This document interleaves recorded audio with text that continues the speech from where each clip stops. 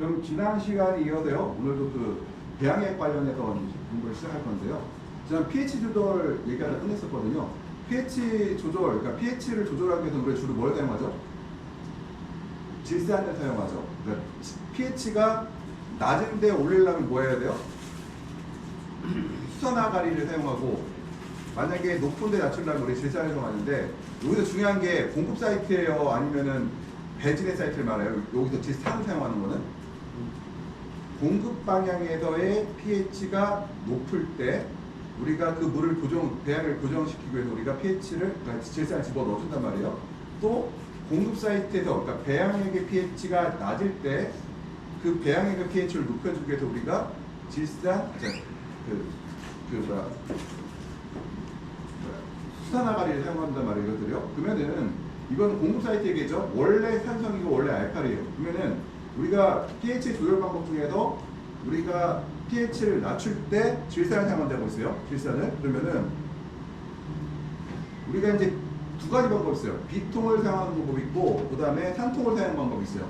근데 저는 일단은 일반적으로는 우리가 비통을 사용하는 게 원칙으로 삼아요. 왜 그러냐면은 보시다시피 비통과 십통, 산통이라고 있는 두 가지 통이 있는데, 우리가 산용액을 사용하지 않고 pH 센서에 대화하지 않는 방식이다. 그러니까 B통에 넣는 거는 뭐냐면은 A통, B통에다가 양액을 탄 다음에 질산을 넣고 우리가 공급을 하게 되면은 우리가 A통, 그러니까 1리터의 물에다가 A통 10ml, B통 10ml를 넣고 pH를 측정하면 어떻게 돼요? 우리가 공급하는 사이트에서의 pH를 알 수가 있죠. 정확한지 아닌지 알 수가 있어요. 그러니까 우리가 100대1로 똑같이 솔밸브가 탁탁 켜준다고 하면은 그 pH는 변하지 않고 계속해서 간단 말이에요, 이것들이요. 근데 만약에 산통에다가 질산을 다 집어넣었다고 계산해 보세요. 이게 두 번째 강의예요. 산통을 이제 넣었을 때는 어떤 일이 발생할까요? 산통에서 오는 거는 바로 pH 센서에 제어되는 방식인데, 우리가 산통에 보게 되면, 그러니까 양액기에 보게 되면은 pH 센서가 달려갔고요. pH를 조절해 준 것들 있죠. 만약에 pH 5.8로 맞추면은 산통이, 만약에 pH가 5.8인데 5.8로 맞췄는데 6.15 AB통에서 와서 혼합탱크에 물이 6.2가 되면은 산통에서 산을 끌어다가 pH를 5.8로 맞춰줄 거예요, 그죠? 근데 아시다시피 저는 이제 안전성에 대해서 얘기를 한단 말이에요. 지난번 컨설팅 교육 때 뭐라고 했어요? 컨설팅 교육할 때 뭐라고 했어요? 우리가 가장 중요한 거는 사고를 내지 않고 끝까지 가는 것이 제일 중요하다고 했죠. 여기서 저희가 이제 섭외하는 방식 중에서 저는 일반적으로 산통을 잘 쓰지 말라고 하는 이유가 있어요. 그러니까 A통, B통을 우리가 A통, B통에서 산을 사용하게 되면은 100대1로 들어갔을 때 우리가 원하는 pH에 근접하게 되는데, 이거 확실해요, 이거는. A통, B통만 확인하면 되고, 솔밸브가 잘 뜨는지만 확인하면 확실하단 말이에요.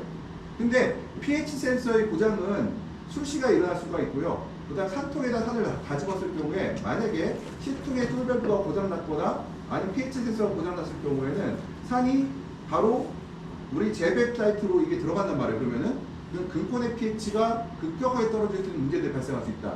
그래서 우리는 일반적으로 산을 사용할 때는 우리가 B통에다가 주로 집어넣고 C통에다는 일부를 집어넣는다는 거예요. 이것들요. 그럼 여기서 여쭤볼게요. A통에는 산을 넣을까 안 넣을까요?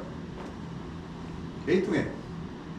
내가 몇 번 계속 말했어. 지난 1학기 때도 얘기해서 지금 또 얘기하는데, A통에 산을 넣을 수도 있고 안 넣을 수 있다. A통에 넣는 산은 뭐예요?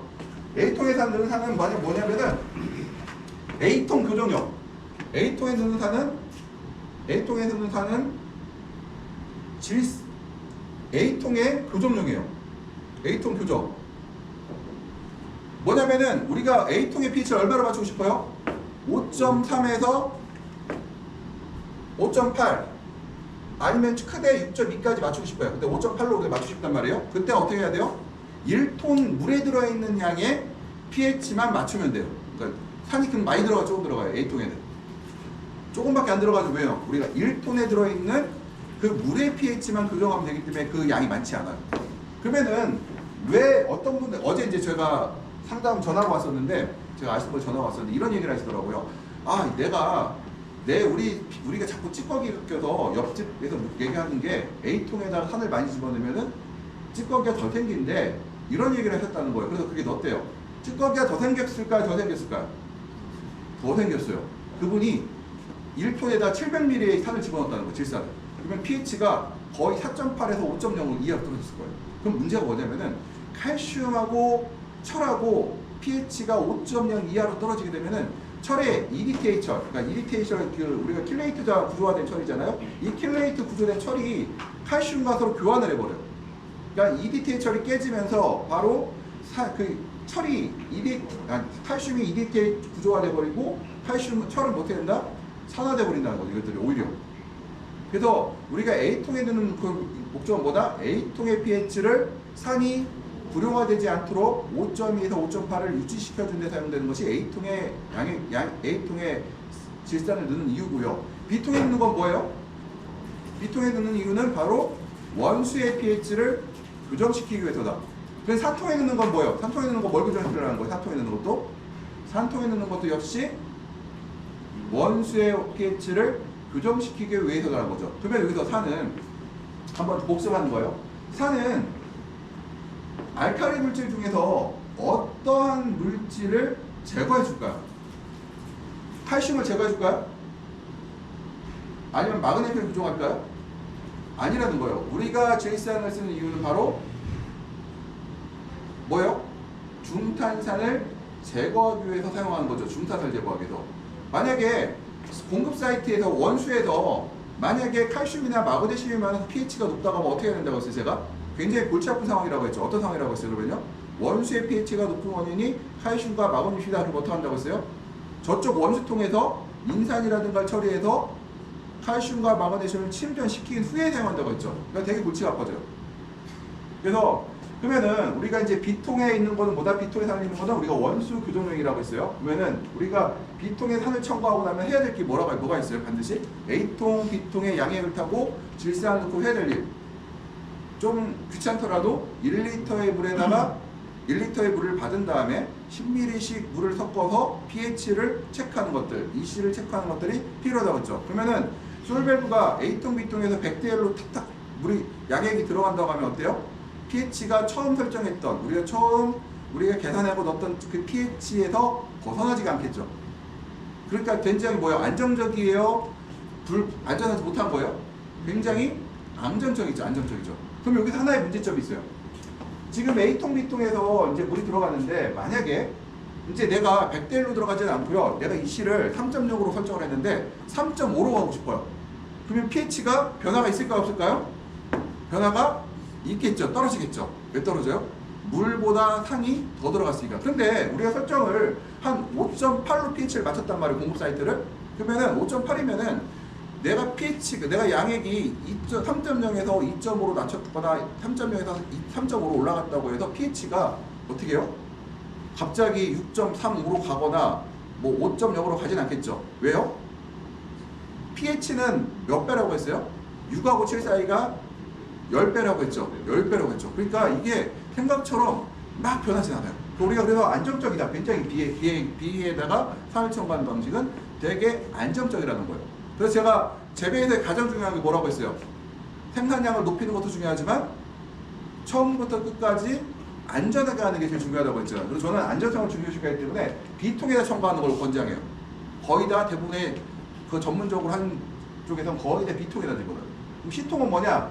C통은 산통에 여기 질산만 들어있죠. 그래서 양액기계에서 pH가 높으면은 C탱크에 있는 솔밸브한테 명령을 내려갖고 산을 이쪽으로 당겨서 공급을 해요. 탁탁탁탁 공급한단 말이에요. 근데 굉장히 그러면은 조제가 쉽고 조절이 쉬워요. 근데 하나의 문제점이 발생했어요. 뭐가 있을 수가 있어요? 바로 안심할 수 없다. 예를 들어서 밤 동안에요. 아니면 내가 잠깐 비운 사이에 만약에 pH, 그러니까 산탱크의 솔밸브가 문제가 생기거나 아니면은 pH 센서에 문제가 생겼을 경우에 어떤 일이 생길 수가 있어요? 바로 산이 재배 사이트로 왕창 들어갈 수 있다. 그럼 어떻게 돼요? 잡기가 종료가 돼버려요. 굉장히 좀 위험하죠. 그래서 우리가 통상적으로 할 때는 보통 B통에다가 내가 양이 많을 때 15리터 이렇게 들고 15리터를 넣고 싶어. 그러면요 B통에다가 한 10리터 넣고 C통에다가 한 5리터의 산을 집어넣는다. 왜냐면은 집어넣다가 만약에 우리가 범위할 때 5.8이라고 했으면 5.8로 들어가는 계속 5.8로 맞추는 게 아니라 5.6, 6.0 왔다 갔다 하거든요. 그러면은 C통에서 사용되는 거는 내가 70%를 B통에 넣고 30%를 여기 넣었을 때, 한 통에 넣었을 때 만약에 이 B통에 들어간 양액이 들어갔을 때 내가 설정했던 pH 범위를 벗어났을 때만 바로 산통에서 양액이 산통에서 산이 공급되는 시스템이 구성된단 말이에요. 이것들은. 그러면은 우리가 어떻게 해요? 보다 좀 더 안전한 쪽으로 우리가 관을 운영할 수 있겠죠. 우리가 제일 중요한 거는 뭐다? 안전한 게 제일 중요한 거예요. 안전한 게. 그래서 저는 그래서 이제 어떤 수경재배 이런 책들 나온 거 보면은 산통에 대해서 산을 넣는다는 얘기 나오고 B통에 산을 넣는다는 얘기 잘 안 해요. 근데 실제로는 우리의 실제 포장에서는 B통에다가 다 넣고 C통에서 일부만 넣는다는 거. 왜? 안정성의 문제 때문에. 그럼 문제를 낼 수가 있겠죠. C통에 산을 넣는다 안 넣는다? 넣는데 B통을 넣는 게 원칙이고 C통은 많을 때만 넣고요. C통의 문제점이 뭐였어요? pH 센서가 오작될 경우 바다 공급될 위험이 있고, 그 다음에 제어기 성능이 낮을 경우 급액의 pH가 불안정하다. 그러니까 결론은 산통을 사용한다고 하면은 양액기계의 안정성이 굉장히 고도화되어 있어야 되고, 그 다음에 굉장히 고가겠죠. 그러면서도 관리가 철저히 되지 않으면은 산통에서 문제가 발생할 수 있다는 거예요. 그래서 pH 조절 방법은 요거는 저기 볼게요. 배양액 조절 방법을 보게 되면은 우리가 배양액 조절의 중요성이라는 것은 배양액 관료는 익시를 측정한 다음에 설정한 농, 그러니까 농도보다 부족하면 일치하게 되도록 처음에 설정해 이유는 비율로 부족한 만큼 비율 방법이 있다. 그런데 배양액 중에 질산체질을 부족하면 부족분 만큼 보충하는데 다들은 원소들을 같은 비율로 두는 방법들이 있다. 이 방법들은 우리가 모든 작물이 이윤 흡수 비율이 재배 도중에 변하지 않는다는 가정에서 한 거거든요. 근데 중요한 건 뭐예요? 변하면 변하지 않아요? 변하지 않죠. 그래서 그게 과거의 방법들이고요. 그래서 우리가 성공적인 수경재 방법은 정기적으로 우리가 배액 조사를 하는 것이 원칙이다. 배액 조사를 왜 할까요? 배액을 분석하게 되면은 이거 한 번 분석하면 효과 있을까요? 아니면 여러 번 분석해야 될까요? 그러니까 여러 번이라는 거는 주기적이라는 걸 얘기하는 거예요. 한 번에 10번을 검사한다는 뜻이 아니라 2주나 1주 간격으로 계속 분석하면 우리가 뭘 할 수가 있을까요? 예를 들어서 내가 지난주에 배액 검사를 했더니 만약에 칼슘이 만약에 한 3mm몰 정도, 5mm몰 정도가 밖으로 배출이 됐어요. 근데 일주일 있다가 검사를 해봤더니 3mm몰로 떨어졌어요. 아니 10에 2주는 10이었다가 지난주에 됐더니 7이었고 이번 주에 됐더니 5가 됐어요. 그 얘기는 그건 뭐예요? 식물이 뭘 많이 흡수하고 있다? 현재 칼슘을 많이 하고 흡수하고 있다. 그럼 우리 처방전을 만들 때 어떻게 하면 바꾸면 돼요?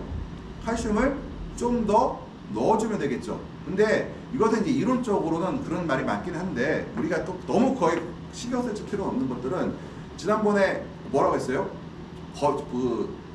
최소 단위와 그러니까 최소양과 최고양의 범위가 보통 6배에서 7배에 도달하기 때문에 우리가 웬만하면 큰 문제가 발생하지 않아요. 우리가 정확하게 이시만 측정해도 크게 문제가 되지 않아요. 일단은 그거는 뒤에서 한번 더 설명드릴게요.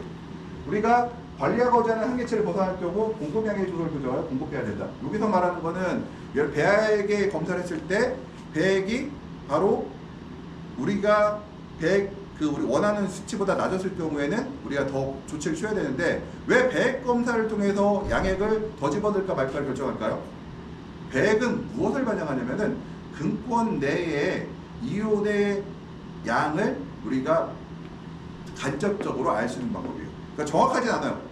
근데 예를 들어서 지난주에 10이었다가 지난주 10이었다가 지난주 7이었다가 오늘 5로 바뀌었으면은 뭐예요? 근권의 칼슘 함량은 지속해서 감소하고 있다는 거죠. 그럼 내가 어떻게 해야 돼요? 그러면은 전략을 짤 때 칼슘의 비율을 더 올리는 방향으로 양액의 조성도를 바꿔야겠다는 것들을 우리가 만들어질 수가 있겠죠. 이것들이요.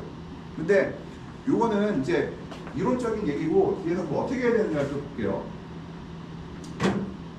우리가 영양소마다 허용 범위가 있으므로 아까 말씀드렸죠. 허용 범위가 얼마큼 있어요? 10% 20%인가요? 아니죠. 5배, 6배가 되죠. 최소와 최고의 범위가 5배에서 되죠. 그래서 영양소마다 허용 범위가 있으므로 너무 조성을 자주 바꾸거나 꼭 지킬 필요는 없다는 거예요. 너무 자주 수정하지 말라는 얘기고요.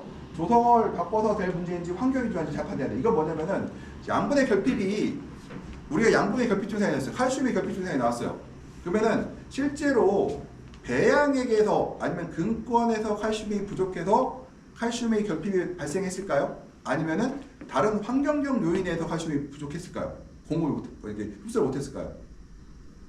우리가 계속 배웠지만 환경적 요인이 커요? 배양액의 조성이 커요?